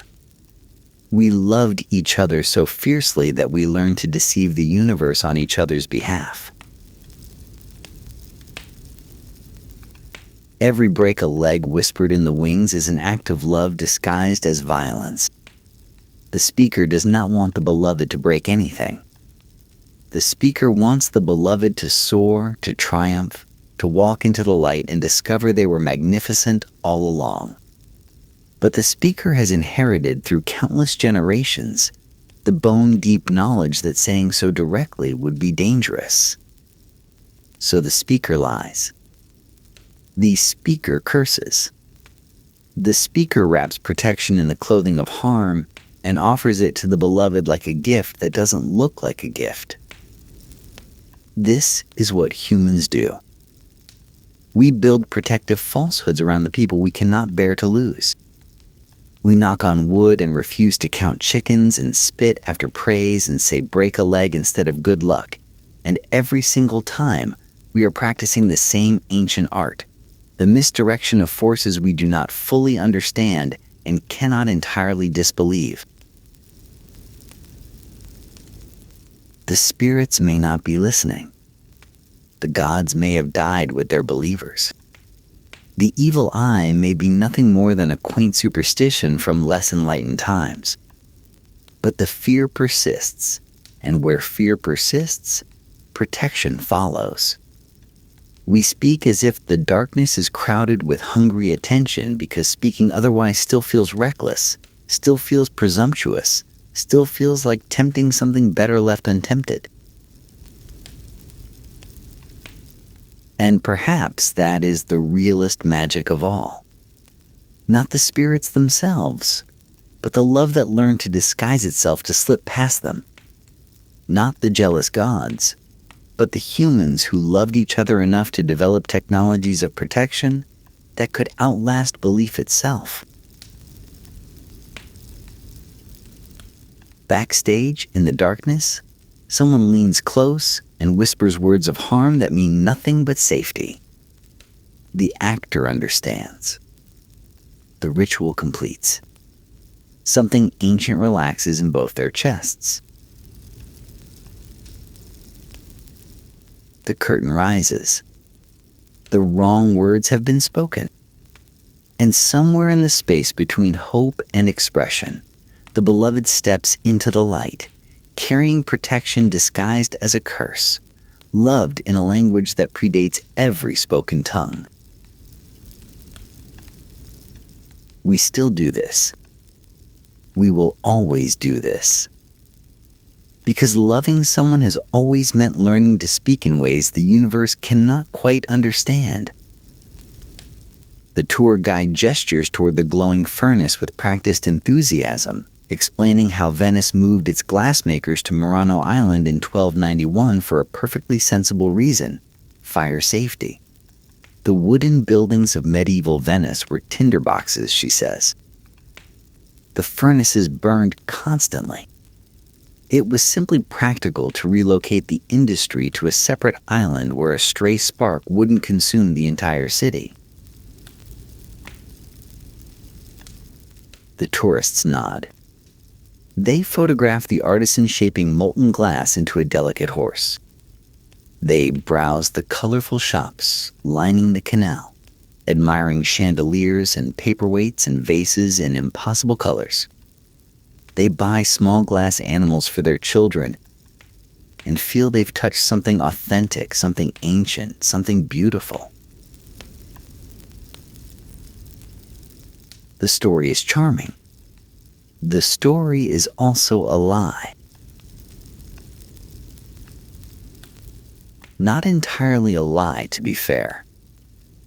Venice did burn. Medieval cities burned constantly, their wooden bones always hungry for flame. And glass-making furnaces did present genuine fire risks, roaring at temperatures that could melt sand into liquid light. but Venice had managed those risks for centuries before 1291.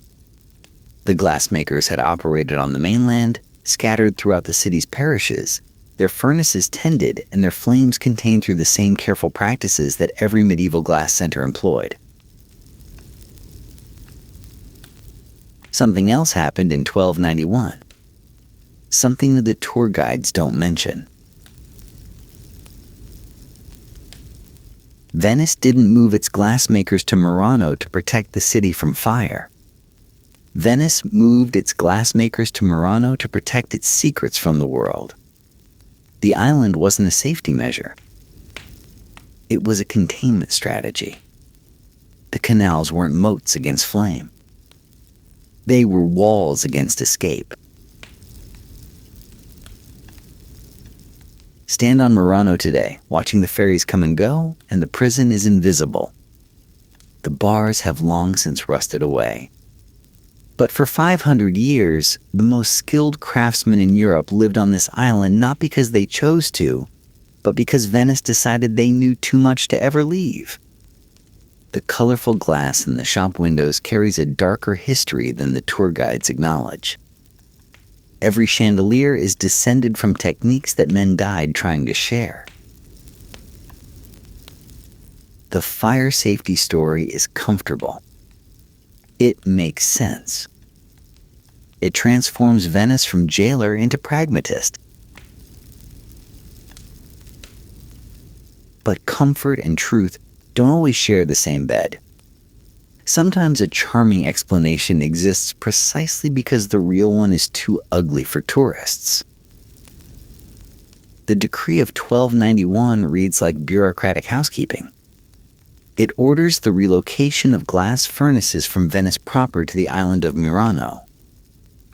It cites fire concerns. It establishes timeframes and procedures.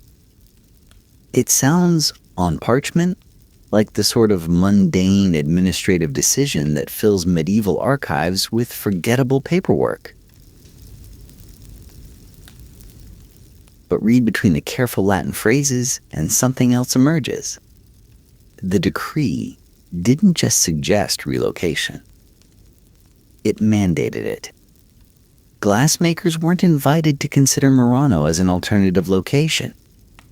They were ordered to dismantle their mainland furnaces, pack their tools, gather their families, and move. Those who refused faced penalties severe enough that the historical record contains no examples of successful resistance. The furnaces left behind on the mainland weren't mothballed for potential future use. They were demolished. Systematically. Completely.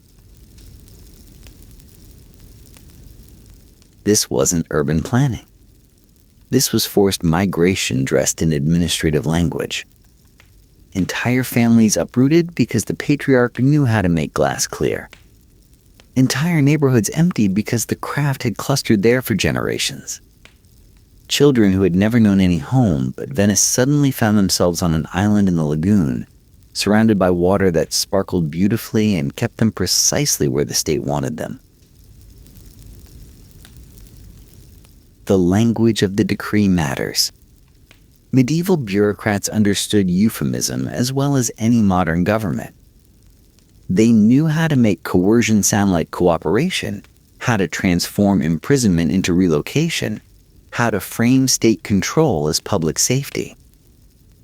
The 1291 decree accomplished exactly what it intended while leaving plausible deniability for anyone who wanted to believe the comfortable story. But the demolished furnaces tell the truth. You don't destroy someone's workplace if you're offering them a better opportunity elsewhere.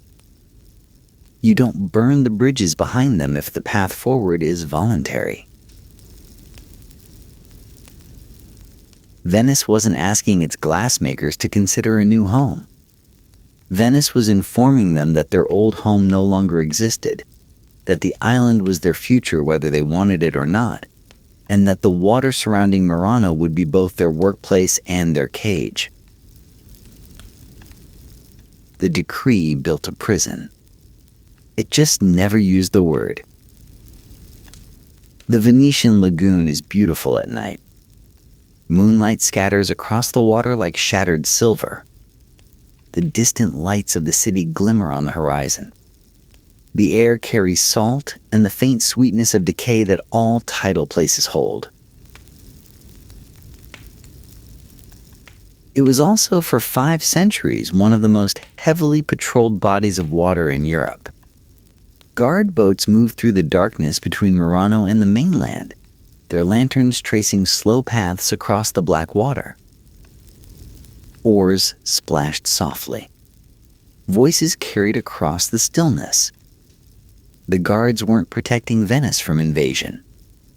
They were watching for something far more dangerous than foreign armies. Glassmakers trying to leave. Every craftsman on Murano was registered. Their names filled ledgers. Their movements were tracked. Checkpoints controlled access to and from the island, and every departure required explanation, documentation, approval. A glassmaker couldn't simply board a boat and sail to the mainland for an evening. He needed permission. He needed to justify the trip. He needed to return by the appointed time or face questions about where he'd been and who he'd spoken with. The surveillance wasn't subtle. It wasn't meant to be. The guards wanted to be seen. The patrol boats wanted their lanterns visible from Murano's shores. The system functioned partly through enforcement, but mostly through intimidation. Why try to escape when the guards are always watching? Why risk the lagoon when the checkpoints know your name? Imagine working a 12-hour shift at the furnace, skin slicked with sweat, lungs thick with mineral dust, then stepping outside to cool air and moonlight and the soft splash of oars that meant someone was watching. Always watching. The prison had no visible walls, but the walls were there nonetheless, made of water and vigilance and the quiet certainty that escape meant swimming past men paid to stop exactly that. The most valuable craftsmen in Europe lived under constant surveillance, their every movement noted, their departures questioned, their returns confirmed. The lagoon that tourists photograph for its beauty was, for generations of glassmakers, the moat that kept them trapped. Venice understood something profound about human psychology. The best prisons don't look like prisons at all. They look like rewards. The glassmakers of Murano weren't treated like criminals. Quite the opposite. They were elevated to a status that most medieval craftsmen couldn't dream of. Their daughters could marry into the nobility, an almost unheard of privilege in a society where bloodlines determined everything. The craftsmen themselves were exempt from certain laws that bound ordinary citizens. They could carry swords, a mark of gentlemanly status in an age when weapons indicated social standing. They were addressed with titles. They owned property. They lived, by any external measure, extremely well. This was not kindness. This was strategy. The privileges functioned as golden chains, comfortable enough that prisoners wouldn't notice they were still bound. Where else could a glassmaker's daughter marry a nobleman? Nowhere. Where else could a craftsman carry a sword through the streets and be addressed as something other than common labor? Nowhere. Where else could a family rise from workshop to something approaching aristocracy in a single generation? Nowhere but Murano. Nowhere but the island they couldn't leave. The genius of the system lay in its inversion of visible control. Venice didn't need to post guards at every door or chain craftsmen to their furnaces. It simply made the alternative unthinkable. Leave Murano, and you abandon privileges your family spent generations earning. Flee to France or Germany, and your daughters will never marry nobles.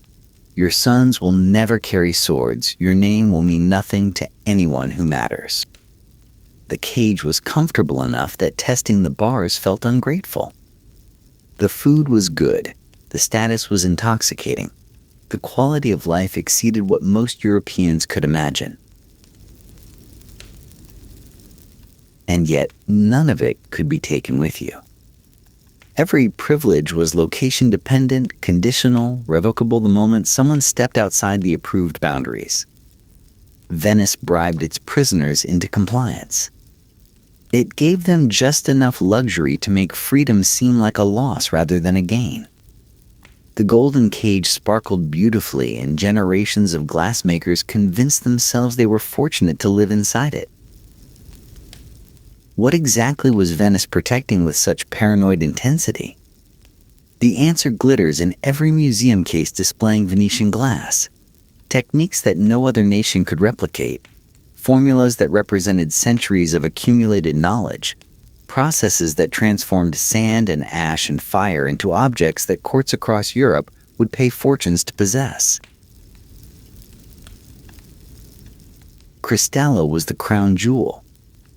The first truly clear glass in Europe, so transparent it seemed to hold captured light. Before Murano perfected Cristallo in the 15th century, glass across the continent was murky, greenish, impure. Windows distorted whatever they revealed. Drinking vessels hid their contents behind cloudy walls. Then Venice achieved clarity, and suddenly clear glass became the most desirable luxury on the continent. The mirror monopoly was equally valuable.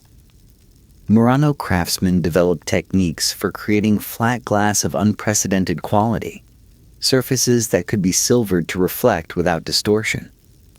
European nobles had never seen themselves clearly before.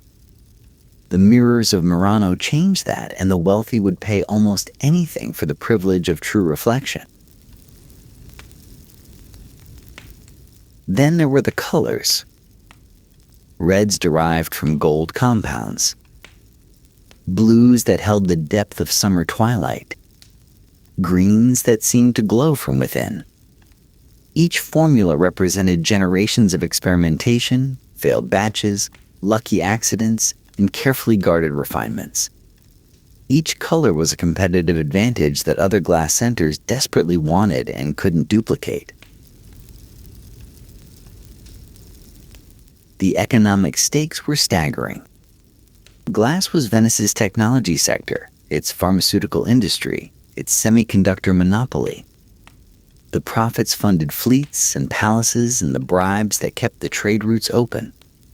Venetian glass traveled to Constantinople and Cairo and beyond, returning as gold that filled the treasury.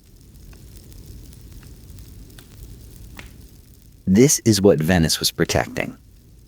Not some abstract notion of craft pride, but revenue streams that powered an empire. The secrets locked on Murano represented wealth beyond calculation, competitive advantages that kept Venice dominant in a market it had created. Of course, Venice treated these secrets like state property. They were. And Venice protected state property with the same tools it used for everything else: surveillance, control, and when necessary, violence. Guard boats and golden cages were the first line of defense. When those failed, Venice deployed something more direct. The historical record documents at least 12 confirmed killings of glassmakers who fled Murano and attempted to practice their craft elsewhere. 12 is the number that survived in archives and diplomatic complaints and suspicious death reports. The actual figure was almost certainly higher. Bodies disappeared. Accidents happened. Men who knew too much simply stopped appearing at their new workshops one morning, their fate officially unknown but privately understood. The escapes themselves tell stories of desperate planning and breathless risk. A craftsman in the late 1400s made it to Vienna, where he began producing glass for the Habsburg court. Venetian agents located him within months. His body was found in an alley, the murder officially unsolved but the message unmistakable. Another fled to Paris, promised protection by the French crown itself. France was a powerful nation, capable of defending its own interests. The craftsman died anyway. Poison the likely method. The Venetian connection impossible to prove but impossible to doubt. This wasn't vigilante justice carried out by angry guildsmen. This was state policy, authorized at the highest levels, funded by the treasury, executed by professionals. Venice maintained what can only be described as an assassination program specifically targeting craftsmen who fled with trade secrets. The agents were skilled. They were patient. They followed their targets across Europe, waited for the right moment, and eliminated problems that couldn't be solved through legal means. The message radiated outward from each killing. Every glassmaker on Murano knew the stories. They knew about the man who made it to Germany only to be found floating in a river. They knew about the family whose patriarch vanished one night in Milan, his body never recovered. They knew that the lagoon's borders were only the beginning of Venetian reach. Escape wasn't just risky. It was potentially fatal years later, in cities that felt safe, in workshops that seemed protected. Venice's memory was long, its patience infinite, its agents everywhere. The assassins ensured that even successful flight was never truly successful.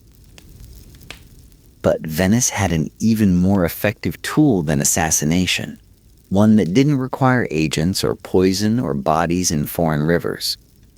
It simply held families hostage.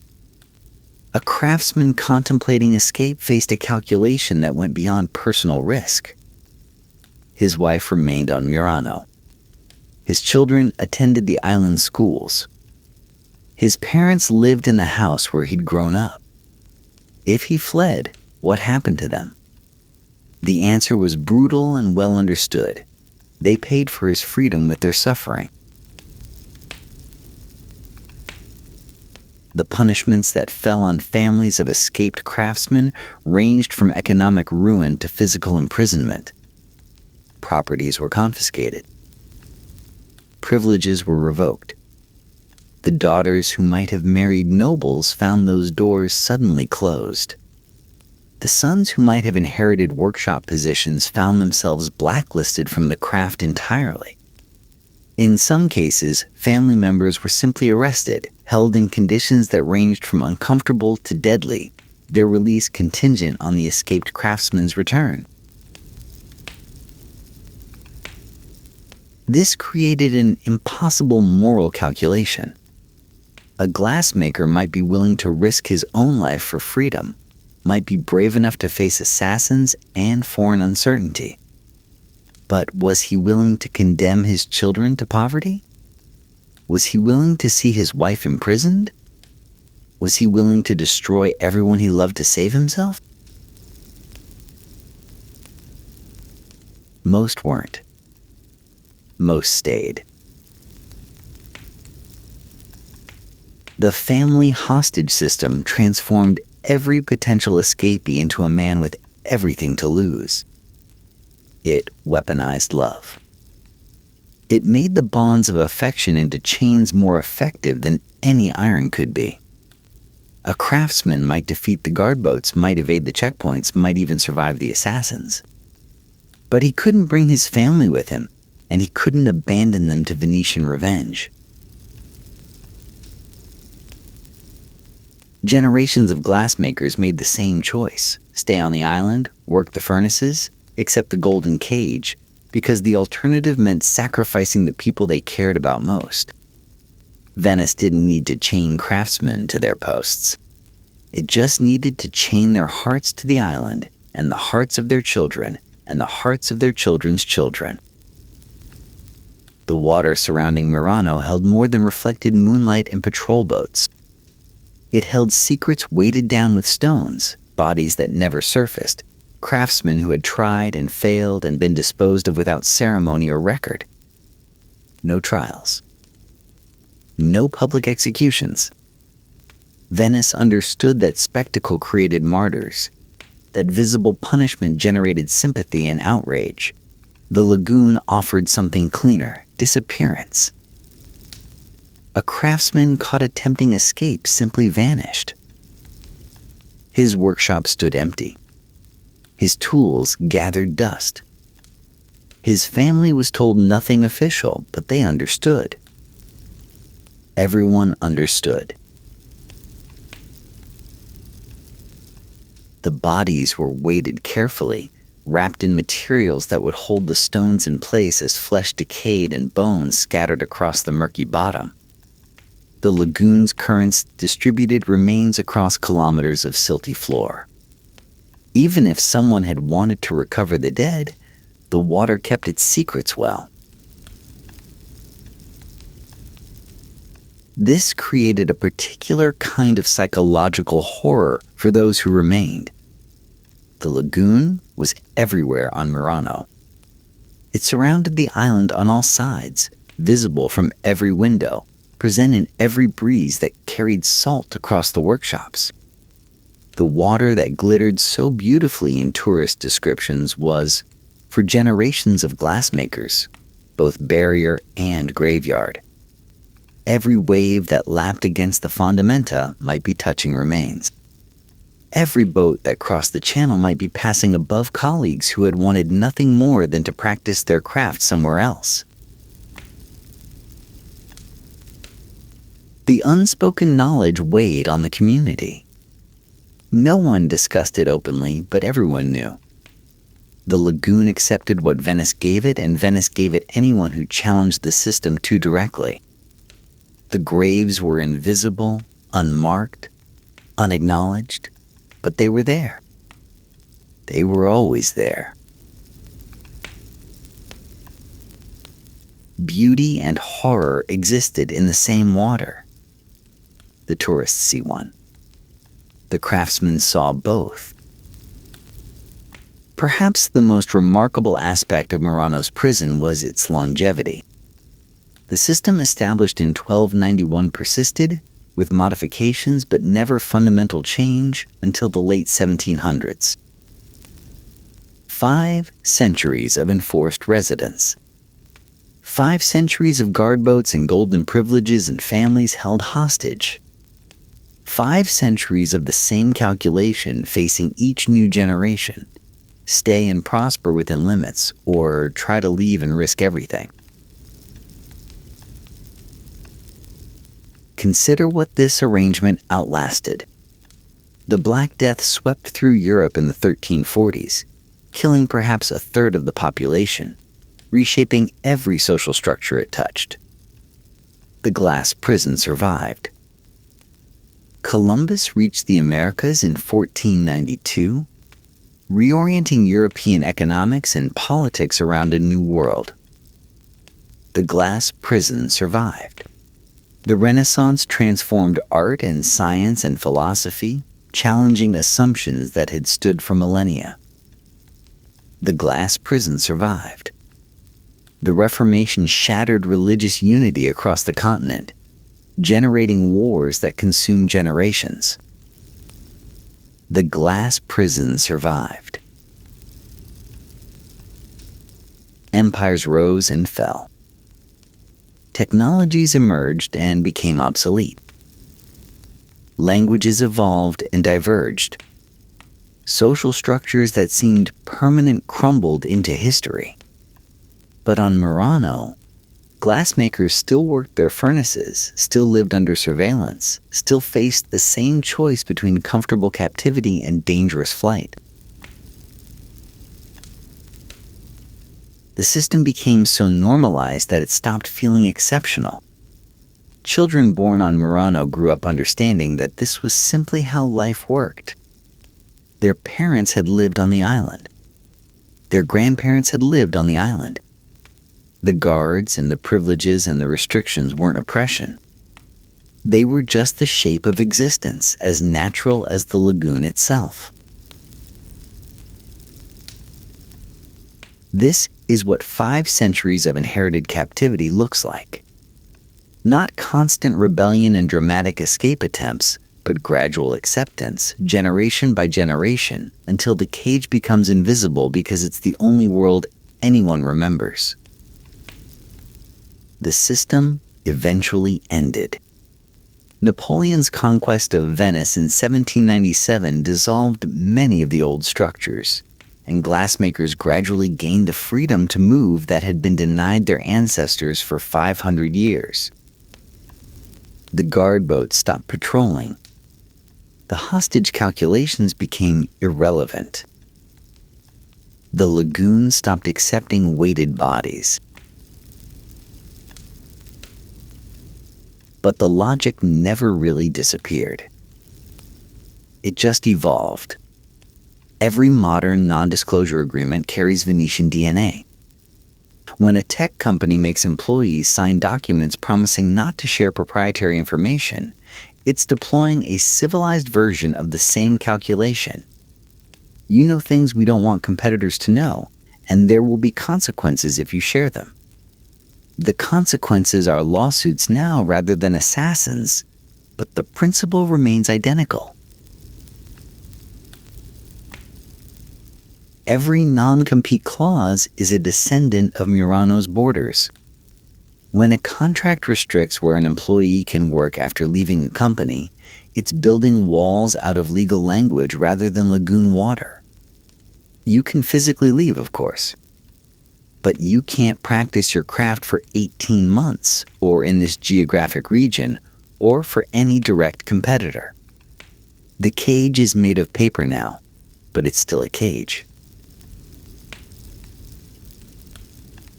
Garden leave clauses echo the golden privileges.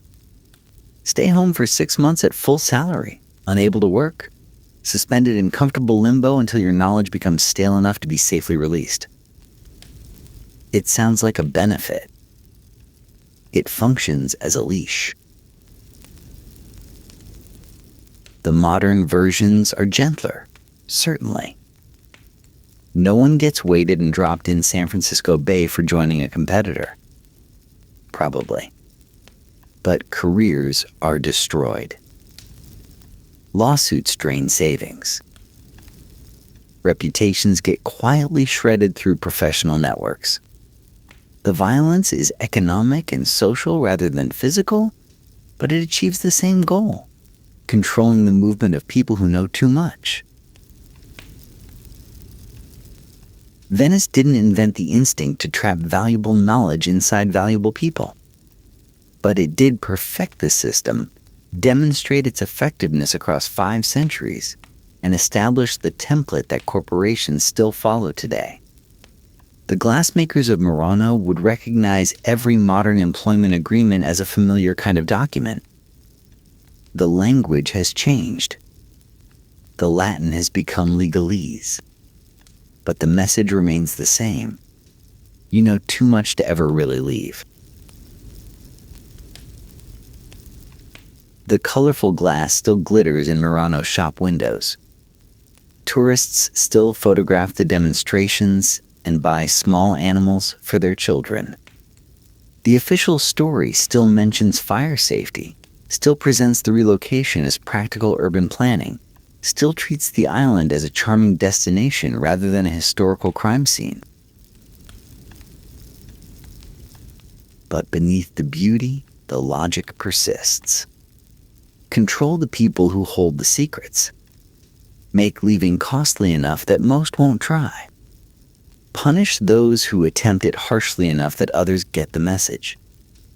Build the cage from comfort as much as coercion. Venice understood this 500 years before the first technology company existed. The glassmakers trapped on Murano were the original knowledge workers, their skills too valuable to let walk away, their freedom sacrificed to competitive advantage.